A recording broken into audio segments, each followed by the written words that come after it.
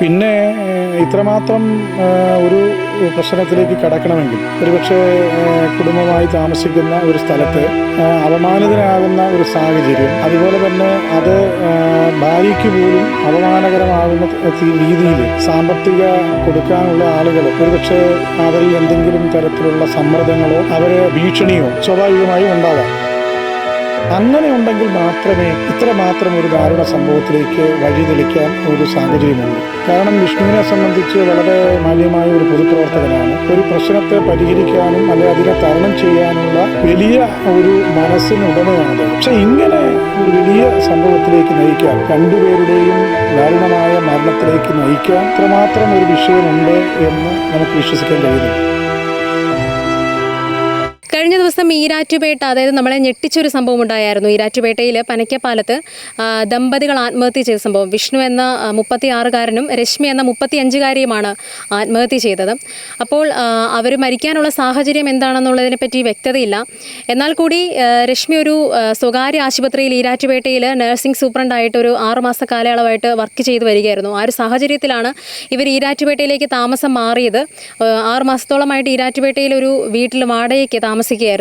ഇവിടെ വെച്ചാണ് മരിച്ച നിലയിൽ ഇവരെ കണ്ടെത്തിയത്. അതോടൊപ്പം വിഷ്ണു ഒരു പൊതുപ്രവർത്തകനുമായിരുന്നു. എന്നിട്ടും എന്തുകൊണ്ട് മരിച്ചെന്നുള്ളതിനെപ്പറ്റി വ്യക്തതയില്ല. എന്നാൽ കൂടി പറയുന്നത് ഇവർക്കൊരു സാമ്പത്തിക പ്രതിസന്ധി അലട്ടിയിട്ടുണ്ട് എന്നതാണ്. അതുകൊണ്ടാണ് മരണത്തിലേക്ക് ഇവരെ നയിച്ചിരിക്കാം എന്നതും ആൾക്കാർ പറയുന്നുണ്ട്. അതോടൊപ്പം നമ്മളിപ്പോൾ നിൽക്കുന്നത് അവരുടെ സ്വന്തം വീടായ രാമപുരം കൂടപ്പുലത്താണ്. ഇവിടുത്തെ മരണ സംസ്കാര ചടങ്ങുകളാണ് ഇപ്പോൾ നടന്നുകൊണ്ടിരിക്കുന്നത്. എന്താണ് മരണ കാരണം എന്നുള്ളതും അതോടൊപ്പം കൂടുതൽ വിവരങ്ങളിലേക്കും നമുക്ക് പോകാം. ചേട്ടാ, ഇപ്പോൾ ഇത്തരത്തിലൊരു മരണത്തിലേക്ക് പോകാൻ മാത്രം ഇവർക്ക് ഫിനാൻഷ്യലി അത്രത്തോളം പ്രതിസന്ധി ഉണ്ടായിരുന്നു എന്നാണ്. നിങ്ങൾക്ക് അതിനെപ്പറ്റി എന്തെങ്കിലും അറിയുമോ? വിഷ്ണുവിൻ്റെ ബിസിനസ്സുമായി ബന്ധപ്പെട്ട് സാമ്പത്തിക പ്രതിസന്ധി ഉണ്ട് എന്നറിയാം. പക്ഷേ ഇത്ര ദാരുണമായ ഒരു സംഭവത്തിലേക്ക് നയിക്കുന്നതിന് വേണ്ടിയുള്ള ഒരു സംഭവം അല്ല, അതിനുള്ള സാമ്പത്തിക ബുദ്ധിമുട്ട് ഉണ്ട് എന്നെനിക്ക് തോന്നുന്നില്ല. പിന്നെ ഇത്രമാത്രം ഒരു പ്രശ്നത്തിലേക്ക് കടക്കണമെങ്കിൽ ഒരുപക്ഷെ കുടുംബമായി താമസിക്കുന്ന ഒരു സ്ഥലത്ത് അപമാനിതനാകുന്ന ഒരു സാഹചര്യം, അതുപോലെ തന്നെ അത് ഭാര്യയ്ക്ക് പോലും അപമാനകരമാകുന്ന രീതിയിൽ സാമ്പത്തിക കൊടുക്കാനുള്ള ആളുകൾ ഒരുപക്ഷെ അവരിൽ എന്തെങ്കിലും തരത്തിലുള്ള സമ്മർദ്ദങ്ങളോ അവരെ ഭീഷണിയോ സ്വാഭാവികമായും ഉണ്ടാവാം. അങ്ങനെ ഉണ്ടെങ്കിൽ മാത്രമേ ഇത്രമാത്രം ഒരു ദാരുണ സംഭവത്തിലേക്ക് വഴിതെളിക്കാൻ ഒരു സാഹചര്യമുള്ളൂ. കാരണം വിഷ്ണുവിനെ സംബന്ധിച്ച് വളരെ മാന്യമായ ഒരു പൊതുപ്രവർത്തകനാണ്. ഒരു പ്രശ്നത്തെ പരിഹരിക്കാനും അല്ലെങ്കിൽ അതിനെ തരണം ചെയ്യാനുള്ള വലിയ ഒരു മനസ്സിനുടമയാണ് അദ്ദേഹം. പക്ഷേ ഇങ്ങനെ ഒരു വലിയ സംഭവത്തിലേക്ക് നയിക്കാൻ, രണ്ടുപേരുടെയും ദാരുണമായ മരണത്തിലേക്ക് നയിക്കാൻ ഇത്രമാത്രം ഒരു വിഷയമുണ്ട് എന്ന് നമുക്ക് വിശ്വസിക്കാൻ കഴിയുന്നില്ല. ഇതിനു മുമ്പും ഇതുപോലെ തന്നെ, അതായത് ഇപ്പോൾ പ്രശ്നങ്ങളുണ്ടായെന്ന് പറഞ്ഞു. ഭാര്യ ജോലി ചെയ്തിരുന്ന സ്ഥലത്തുമൊക്കെ ചെന്ന് ആൾക്കാർ പൈസേനെ പറ്റി ചോദ്യങ്ങളും പരാമർശങ്ങളും ഉണ്ടായെന്ന് പറയുന്നു. അപ്പം അതിനെപ്പറ്റി ഇതിനു മുമ്പും ഇതുപോലെ സംഭവങ്ങൾ ഉണ്ടായിട്ടുണ്ടോ? ഇതുപോലെ അവരെ ആക്ഷേപിക്കുന്ന രീതിക്ക്, ഒരു പൊതുസ്ഥലത്ത് ആക്ഷേപിക്കുന്ന രീതിക്ക് എന്തെങ്കിലും ഉണ്ടായതായിട്ട് നിങ്ങൾക്ക് അറിവുണ്ടോ?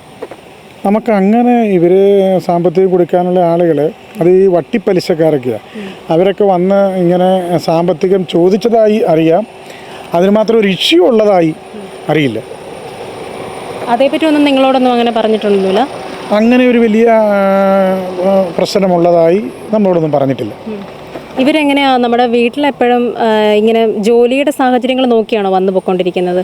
നമുക്കങ്ങനെ വിഷ്ണുവിനെ സംബന്ധിച്ച് അവൻ്റെ തൊഴിലുമായി ബന്ധപ്പെട്ട് അതുമായി ബന്ധപ്പെട്ട് പോകുന്നു. വൈഫ് അവളുടെ ജോലിയുമായി ബന്ധപ്പെട്ട് പോകുന്നു. മറ്റ് കാര്യങ്ങളിലേക്ക് നമ്മളെ ഫോണിൽ ബന്ധപ്പെടുന്നതല്ലാതെ മറ്റ് കാര്യങ്ങളിലൊന്നും ഇടപെടാറില്ല. ഈ ചേട്ടൻ കോൺട്രാക്ടർ വർക്കായിരുന്നോ? ഒരു വീടുകളിലൊക്കെ കോൺട്രാക്ടറായിട്ട് എടുത്ത് കോൺട്രാക്ടർ ഓഫീസിൽ പണി നടത്തി കൊടുക്കുകയായിരുന്നു. അപ്പോൾ അതിൻ്റെ ഭാഗമായിട്ട് പൈസ എടുത്തതായിട്ടാണോ തോന്നുന്നത്? അങ്ങനെ സ്വാഭാവികമായിട്ടുണ്ടാവുള്ളൂ. അങ്ങനെ ഒരു സാഹചര്യത്തിൽ ഒരു സാമ്പത്തിക ബുദ്ധിമുട്ടുണ്ടാകാനുള്ള സാഹചര്യമുള്ളൂ. മറ്റൊരു തരത്തിലുണ്ടാകാൻ സാധ്യതയില്ല. അവരുടെ പോസ്റ്റ്മോർട്ടം റിപ്പോർട്ടിൽ എന്താ ഇഞ്ചക്ഷൻ ചെയ്തെന്നുള്ള റിപ്പോർട്ട് എന്തെങ്കിലും കിട്ടിയിട്ടുണ്ടോ? അങ്ങനെയൊന്നും നന്നായിട്ട് അറിയത്തില്ല. ഇന്നലെ DSP അദ്ദേഹം സംസാരിച്ചത് വിശദമായി അന്വേഷണം നടത്തി അതിനുള്ള കുറ്റക്കാർക്കെതിരെ നടപടി സ്വീകരിക്കുന്ന തരത്തിലേക്ക് കാര്യങ്ങൾ വളരെ ഗൗരവത്തോടു കൂടി മുമ്പോട്ട് പോകുമെന്നാണ് പറഞ്ഞിരിക്കുന്നത്. ഈ ഒരു വിഷയത്തിൽ ഒരു പൊതുപ്രവർത്തകർ എന്നുള്ള നിലയ്ക്ക് നിങ്ങൾ എന്തെങ്കിലും പ്രതികരണങ്ങളുമായിട്ടോ അല്ലെങ്കിൽ എന്തെങ്കിലും ഒരു പ്രതിഷേധമായിട്ട് മുന്നോട്ട് വരാൻ തീരുമാനിച്ചിട്ടുണ്ടോ? ഉറപ്പായും ഈ ഒരു സാഹചര്യത്തിലേക്ക് വഴിതെളിച്ച സംഭവം എന്താണെന്ന് പൊതുസമൂഹത്തിന് കാണിച്ചു കൊടുക്കുന്നതിന് വേണ്ടി അതിശക്തമായ സമരപരിപാടികളുമായി കോൺഗ്രസും അതുപോലെ തന്നെ പൊതുസമൂഹത്തിലെ മുഴുവൻ രാഷ്ട്രീയ പ്രസ്ഥാനങ്ങളെയും സഹകരിച്ചുകൊണ്ട് മുന്നോട്ട് പോകുന്ന ഒരു നിലപാട് സ്വീകരിക്കുന്നതിനാണ് പാർട്ടി തീരുമാനിച്ചിരിക്കുന്നത്. കാര്യം ഒരു അയൽവക്ക ബന്ധം എന്നുള്ള രീതിക്കും കണ്ടു എന്ന് പറഞ്ഞാൽ എൻ്റെ ബിസിനസ് പരമായിട്ടുള്ള ചെറിയ ബാധ്യതകളുണ്ടായിരുന്നു. എങ്കിലും എല്ലാ കാര്യങ്ങളും അവൻ സോൾവ് ചെയ്ത് പോകുന്ന കൂട്ടത്തിലായിരുന്നു. അപ്പോൾ ഇങ്ങനെ ഒരു നടപടി ഒരു കാരണവശാലും അവൻ്റെ ഭാഗത്ത് നിന്ന് സാധാരണ രീതിയിൽ ഉണ്ടാവേണ്ടതല്ല. എന്ത് സാമ്പത്തിക വിഷമങ്ങൾ വന്നാലും അതിനെ തരണം ചെയ്യാനുള്ളൊരു കപ്പാസിറ്റി അല്ലെങ്കിൽ ബന്ധങ്ങളും കാര്യങ്ങളും ഉള്ള കൂട്ടത്തിലായിരുന്നു. പെട്ടെന്ന് എന്താണ് സംഭവിച്ചതെന്ന് നമുക്ക് മനസ്സിലാവുന്നില്ല. ചില സ്ഥലങ്ങളിൽ നിന്ന് എന്തോ പ്രശ്നങ്ങൾ ഉണ്ടായി തലേദിവസം ഉണ്ടായെന്നൊക്കെ ഇപ്പം പറഞ്ഞു കേൾക്കുന്നു. അതിനെക്കുറിച്ച് നിജസ്ഥിതി അറിയത്തില്ല. ഈ ഒരു സമയത്താണ് ഇത്തരത്തിലൊരു സാമ്പത്തിക പ്രശ്നം ഉള്ളതായിട്ട് നിങ്ങൾ അറിഞ്ഞോ, അതോ ഇതിനു മുമ്പ് നിങ്ങൾക്ക് അറിയാമായിരുന്നോ? അല്ല, വലിയ സാമ്പത്തിക പ്രതിസന്ധി ഉള്ളതായിട്ട് അറിയത്തില്ലായിരുന്നു. ഇങ്ങനെ കോൺട്രാക്ട് വർക്കുകളും മറ്റു കാര്യങ്ങളൊക്കെ ആയിട്ട് പല ബിസിനസ്സുകളുമായിട്ട് പുള്ളി മുന്നോട്ട് പോയിക്കൊണ്ടിരിക്കുകയായിരുന്നു. അങ്ങനെയുള്ള കാര്യങ്ങളെ അറിയുള്ളൂ.